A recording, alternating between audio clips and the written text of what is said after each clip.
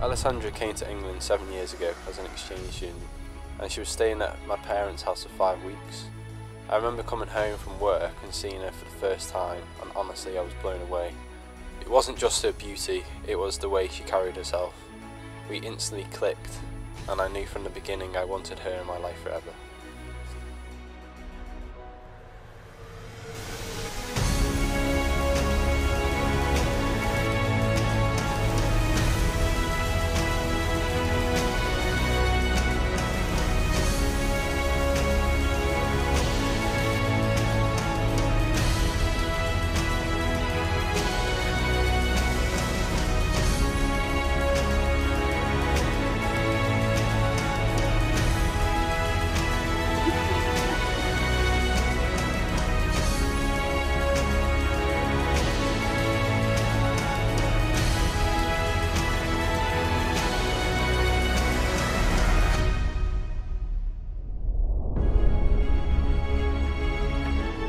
C'è un posto nel mondo dove il cuore batte forte, dove rimani senza fiato per quanta emozione provi, dove il tempo si ferma e non hai più l'età.